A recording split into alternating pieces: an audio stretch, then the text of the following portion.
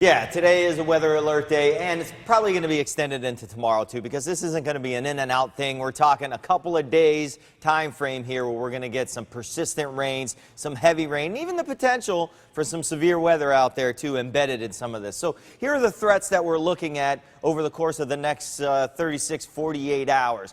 Lightning, just low. It will be frequent in the storms, but not all encompassing. Even the chance for some isolated tornadoes to spin up too in some of the thunderstorms that do form. Wind, there'll be gusty winds in some of those storms, and that could be up to severe levels. Not a lot of hail out there, and again, the main threat here, heavy rains with the possibility of some street flooding out there too.